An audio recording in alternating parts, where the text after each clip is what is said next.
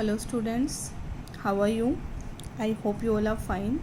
In our previous lecture we have completed the worksheet 1 and 2 of chapter 7. Today we will discuss about the worksheet 3. Solve the following equations.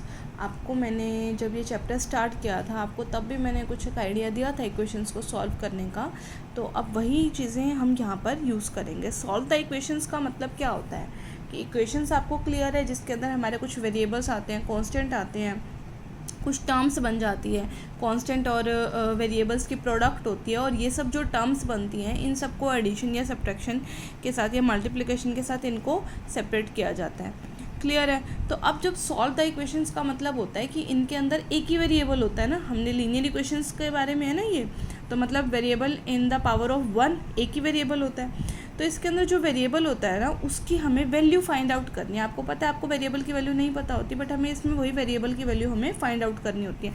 Like variable कुछ भी हो सकता है, X Y Z S T anything any alphabet. So हमें उस variable की value find out करनी होती है.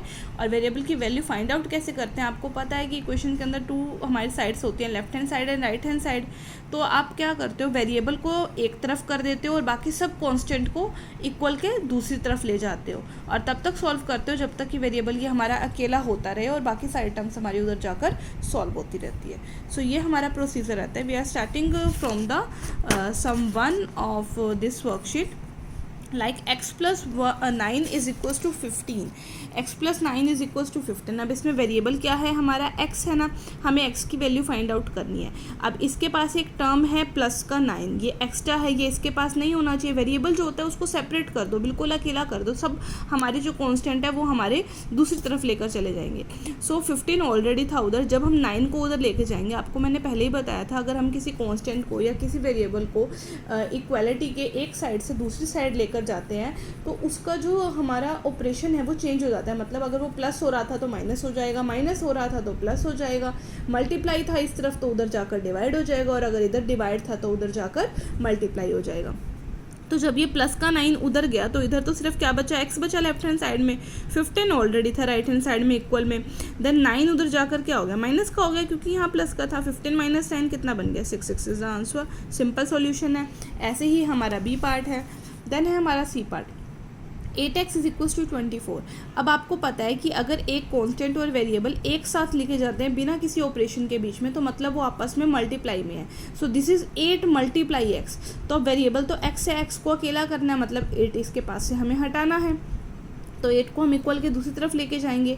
8x के साथ क्या था, हमारा मल्टीप्लाई था ना, तो 8 उधर जाकर इक्वल के दूसरी तरफ जाकर क्या हो जाएगा, डिवाइड हो जाएगा. 24 डिवाइड बाई 8. इधर x is equals to as it is, तो इसको डिवाइड करोगे कितना आ जाएगा, 3 इज द आंसर. नेक्स्ट जो हमारे पार्ट्स कुछ अलग हैं वो मैं आपको बता रही हूँ, बाकी सब आप पार्ट्स खुद करेंगे. नेक्स्ट है हमारा x by 5 is equals to 4. अब आपको पता है वेरिएबल x की आपको वैल्यू फाइंड आउट करिए, मतलब 5 को यहाँ से हटाना है. अब 5 इधर क्या था, डिवाइड में है, तो इक्वल के दूसरी तरफ जाकर क्या हो जाएगा, मल्टीप्लाई. इधर क्या बच गया, सिर्फ x as it is equals to as it is 4 as it is. 5 उधर चला गया तो मल्टीप्लाई हो गया, 20 इज द आंसर. क्लियर? ऐसे ही ये है 6 minus Y is equals to 9. अब हमें वैल्यू किसकी निकालनी है, y की. तो y हमारा इधर एज इट इज़ रहेगा माइनस वाई, क्योंकि उसका साइन भी रहेगा उसके साथ में. 6 को उधर लेके जाएंगे तो 6 उस तरफ गया, 9 माइनस 6 हो गया, कितना बचा, 3. इधर क्या था, माइनस वाई, तो मतलब माइनस वाई की वैल्यू 3 आ गई, तो मतलब y की वैल्यू कितनी हुई, -3. क्लियर है? So using the procedure you have to do this complete worksheet in your fair notebook. Thank you.